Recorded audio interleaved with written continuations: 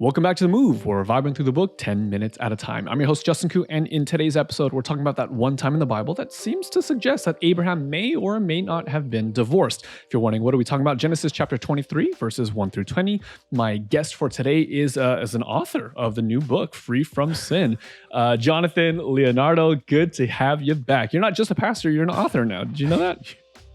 You're a troll. You are bashful about your accomplishments, but whenever one of my buddies or friends does something cool, I'm not ashamed to gas you up just a little bit. Anyways, let's talk about the passage for today. This was something I was very excited to explore because when I was talking with Harold earlier, he's like, "Hey, so for this upcoming series of verses, are you going to talk about how Abraham and Sarah might have been divorced or separated or whatever it was at the time?" And I was like, "What are you talking about? This is the first I've ever heard of this idea before." Like, to me, it was literally the first time that anyone has suggested that such a thing took place. And so I was absolutely fascinated and definitely wanted to dive into this idea. For those who are unfamiliar with it, there seems to be some suggestion in the end of chapter 22, which is the story where Abraham feels moved by God to sacrifice his one and only child of promise. And you got to imagine what's the fallout when he gets home and he tells his wife, "Hey, this was what we were doing. We're literally going to sacrifice and our one and only our one of a kind monogeneous son." And she's like, "What in the world is happening?" So the end of the verses in verse 19 of chapter 22 seems to say that he returned to the servants and him traveled to Beersheba, where Abraham continued to live, is one of those kind of key passages. But then in chapter 23, where we get to today, it talks about how Sarah was 127 years old and dies at a place, I don't know how I can pronounce that name, but it's now called Hebron. Kiriath-arba. That's the one. And according to the Googles, the distance between those two locations is some 65 kilometers, or for our American friends, roughly 40 miles away. And so this is, to us, maybe not a big deal. It's like the difference between where I live and Portland, Oregon. But for the local context, that's a massive distance. And there's more elements in the text, according to this one blog that I was researching, that seem to suggest that Abraham and Sarah did the tail end of their life somewhat geographically removed. So, is this theory something that you think hold weight? Is there something else that's going on? Or did potentially these two end up divorced or separated or something serious because of what has been happening up to the chapters up to this point? Yeah, I think that it's a very fascinating approach at how the Bible, or it's a fascinating take on how the Bible upends our sort of religious expectations, right? Right. Because the idea here, to some degree, is that Abraham and Sarah, they grow in understanding of one another. They leave the ways of their former treachery behind, with Abimelech and Pharaoh, and they have Isaac, and it's happily ever after, right? Right. And the way that the text leaves these little clues, or at least these little hints, undermines our expectations of it wrapping up nicely in a bow, because that's the actual story of Genesis, is that man and woman, humanity together, are just continually bringing less than the ideal way of being human into the world, right? Right. So Abraham and Sarah, they both collude and conspire to deceive Pharaoh, right? Maybe Abraham's the active agent in that, but Sarah participates. However you assign responsibility, it still happens. You have Sarah subsequently having a rather contentious spirit and being very antagonistic towards Hagar, to the point where she's willing to minimize Abraham's firstborn son, or Ishmael, and actually keep him from the camp because she's clinging to God's promises. So there's these sort of nasty little elements. These, maybe nasty is not the right word, but there's certainly the stone isn't as smooth. It's a little rough around the edges. So you have these figures that are not as neat as we'd like them to be, but what is present and continually stays present is the work of God on behalf of these two, at times in spite of themselves. So if this were a valid interpretation, it very well could be. It participates in the trajectory of the narrative thus far, that the humans as they exist after the fall, are not the sort of ideal paragons of faith and righteousness for us to Right. actually emulate. Paul ends up localizing that with Abraham, the thing that was really counted to him as righteousness, what was reckoned to him, is that he believed, Hmm. right? Mm-hmm. But even in his belief, he had some shortcomings and some rough edges, right? So, yeah, does it hold weight? Who's to say? We can ask him when we see him in glory. But I think what is really interesting for me, from my vantage point, is just the way we read these texts are not in ways of wrapping them up in nice little bows. Yeah. Right? This is something that it's maybe appreciate is a tough way to approach it, but like I have enjoyed learning these kind of unexpected moments where we see kind of things that have maybe been glossed over when you tell the story to your kids, kind of a thing. The idea is that when you do things God's way, everything always works out. But then you meet, at some point in your life, an experience that you have where you're still doing your best. Sure, you didn't do everything right all the time, but you're doing the best that you know how to do to be faithful to your principles, faithful to God, and then yet your life seems to fall apart when you look at the details of how your life is actually going. And then you start to ask yourself the questions of like, was God actually leading me? Was God truly with me? And this story for me is one that I'm sitting on a little bit longer, this theory, this idea that maybe they were separated or they were divorced, because you and I know, or that there's something going on in the background of the show. You and I are having conversations on what the future could look like for particularly for myself and for my family. And it it likely will involve some rather large faith moves in the short term, the next couple of weeks and or months. And for me, it's a cautionary tale of even when Abraham is stepping out in faith to follow what God is calling him to do, it doesn't mean that it's a guarantor that everything will work out. In fact, it's perhaps maybe all the more reason for Abraham to have spent the time and energy making sure that he was investing energy into the relationship so that it wouldn't potentially reach to this point. And for me, it's a cautionary tale of, you know what? A lot is happening in my life. Things might be changing quite a bit. And I want to, especially on today of all days, making sure that I'm investing in my relationship with my wife. I'm not going to take for granted that everything is going to go my way because I happen to fill in the blank thing that I do for God.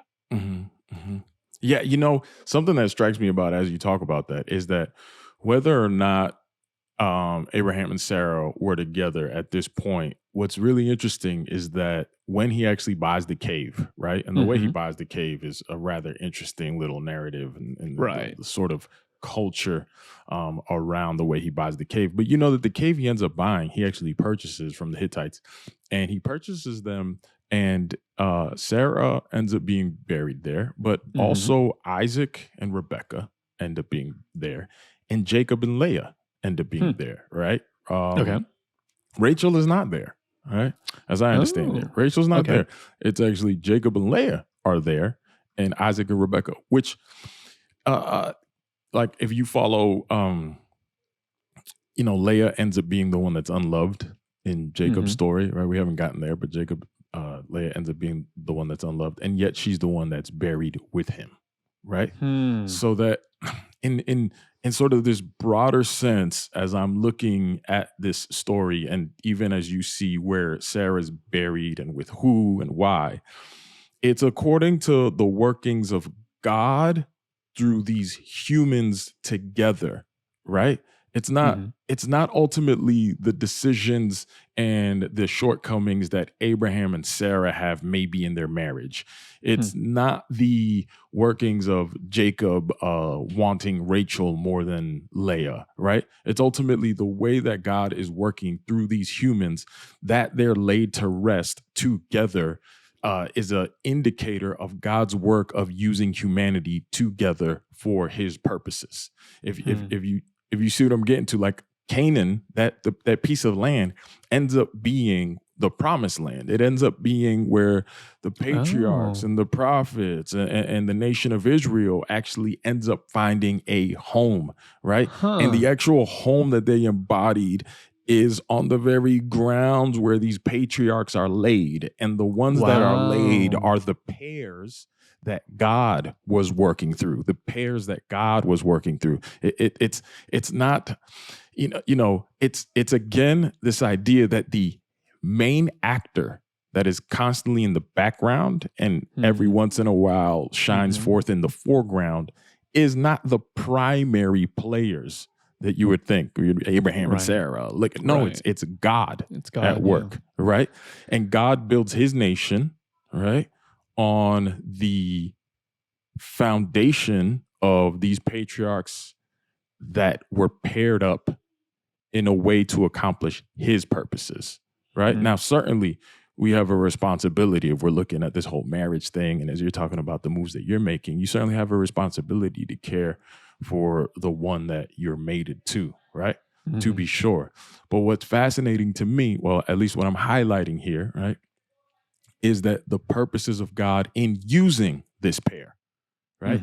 Even maybe possibly in spite of their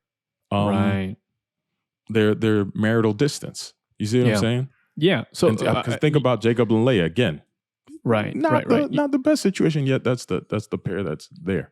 You dropped a little nugget there that I want to make sure that people heard, and I want to make sure that I heard it correctly, that there was a promise that God was giving to Abraham that his descendants would inherit the land, and we know now that this land was in fact Canaan, and it's actually through this story, the burial of Sarah, the proposed distancing between Sarah and Abraham that actually gave them a foothold into this land, that their burial location is kind of the first instance where the descendants have a reason for existing within the land. That's why this narrative later on where they're trading back and forth, 400 pieces of silver. No, you just take it for free. No, I'm going to buy it. No, take it for free. The reason why this narrative is included because this is actually how Abraham's descendants begin to actually dwell in the said promised land. And the reason why they're getting it is even though what could be considered a failure of the two, if we're going off this theory, God is still fulfilling his promise in the middle of this dysfunction. Did I understand what you were summarizing correctly? 100%, because it's through Abraham and Sarah. That's so cool. Abraham and Sarah. Yeah. It's still happening through Abraham and Sarah. This is where the promise went through. This is how it's going to go. You guys, maybe you guys went your separate ways. Even at the end of chapter 22, he's having children with concubines. Good for you, Abraham. Mercy. It's still through Sarah and Isaac, right? Like, think about this. It's Abraham and Sarah. And then Isaac is buried there with Rebekah. Isaac, the son of promise, is also buried there, right? And then Jacob and Leah, the mother of what? 10 out of 11 of the tribes, right? She's buried there with Jacob, right? Wow. Well, not 10. I'm trying to remember. She has the predominant amount of children that end up being the tribes. I can't remember the particular number now. Maybe 7, 8. Anyway, but this is when you get into trouble when you start doing this from memory, right? At least these little points. But you see what I'm saying? Like that the thread is through these couples. Like God is working through humanity. Coupled with man and women according to the promise that he's given to humanity in spite of at times humanity, right? So you have you got these pairs that are paired up with foibles and all sorts of and yet they're there. And if you want to get super meta, right, get to the end, not the end, but get to the completion of this story where there is the child of the promise who comes to marry his bride, right? And then he's buried for a while. Okay. In his burial, he puts to death all the foibles and failures of the fullness of humanity.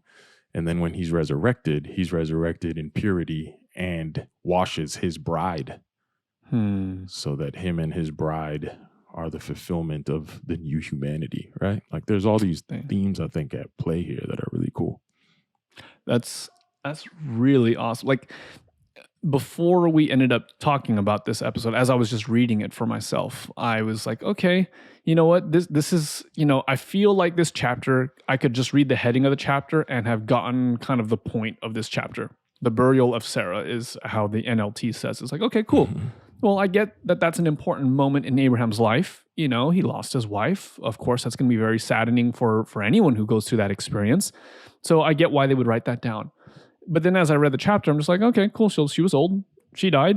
Abraham found a place to bury her. Like, okay, cool. That makes sense. But like, there's so much happening here, even to the point of it being an actual fulfillment of the promise of God. And it just, I'm blown away with so often as we're spending time moving through the scriptures together as a team, just how much is so intentional in scripture and how much more there can be to mine when we ask these questions and when we sit in the text just a little bit longer.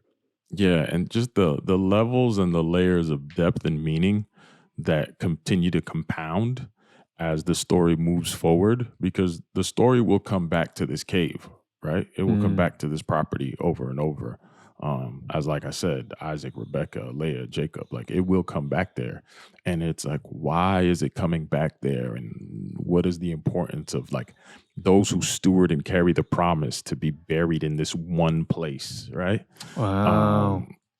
Right. And so Do you think Abraham themes, was moving intentionally when he was trying to secure this burial place? Was this an intentional act of trying to still be a part of realizing God's promise, that this is maybe why he was so excited about purchasing this piece of land?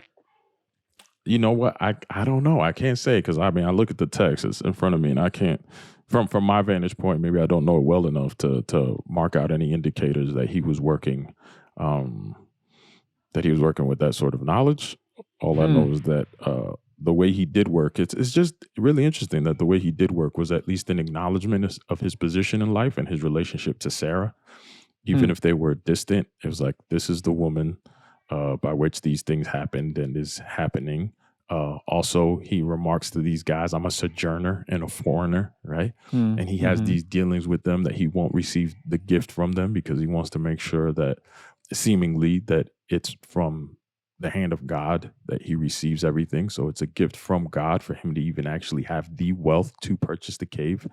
And the purchasing of the cave is a foothold in the land that God has promised him. So yeah, there's a dynamic. If you've been following us and the move up to now, there's just all these dynamic themes that are being interwoven into all of these stories as we move forward, right? I mean, if you think about these stories as threads, the threads are making this mighty, mighty rope, and they just get more and more intertwined. And it's getting thicker and thicker with symbolism, trying to communicate the grand final goal of this whole thing, which is the person of Jesus, right? And as we consider these things, for me, yet again, the symbolism, the depth, the layeredness of it is just mining. Like you and I and the rest of the team, we get to mine the depths and the riches of what God has put in to communicate his faithfulness to us in spite of humanity's condition.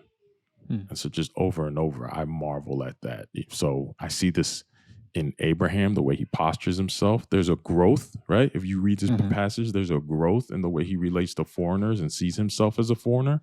But there might also be still a failure with his marital status, right? And yet it's just the journey's moving forward until it finds its completion in Jesus. That's good. That's good. I think one of the major benefits of realizing that the main character of this narrative, even though he's in the background most of the story, that the main character isn't Abraham, that the main character isn't Sarah, but that the main character is in fact Yahweh. What is comforting for me is to know that while yes, my life does matter to God, and the details of my life do matter to God, and how those details play out, yes, it does matter to God, that the main character, even in my life, isn't myself, but that it is in fact God. That there's there's a freedom in realizing that I get to decrease so that he increases, and that life can become this beautiful redemptive thing when he is at the lead of my life. Yeah, I mean, we can. You remind me of just certain themes and thoughts, like just another quick sort of excursus, if you allow. You know that the Orthodox Church, right? Their iconography of the resurrection is really, really poignant here, because their iconography is one that when Jesus is resurrected, he's emerging from the tomb and he has two figures that are being resurrected alongside with him. And these two figures are Adam and Eve. Because the imagery is that in Jesus, humanity is recreated and resurrected, right? So that in this cave, you have the humans who were stewarding the promise of the one who would one day first walk out of the cave, and in walking out, bring them with him. So, yeah, man, it's just good stuff. Hey, every once in a while, we want to mention a couple people by name because of the role that you play in this journey. And we want to say a special thank you to Cynthia for becoming one of our most recent patrons. Cynthia is someone that we've actually got to, well, I say we. I have not yet got to meet her in person because I didn't get to go on the most recent tour to her church, but you've met Cynthia in person. Cynthia is lovely. We love her. Cynthia in Idaho, right? Coeur d'Alene area. We love you, Cynthia, and thank you so much for your continued support. If you, like Cynthia, would like to continue to make the move, you can do so over at patreon.com/jku and support the channel, support the show, and support the move.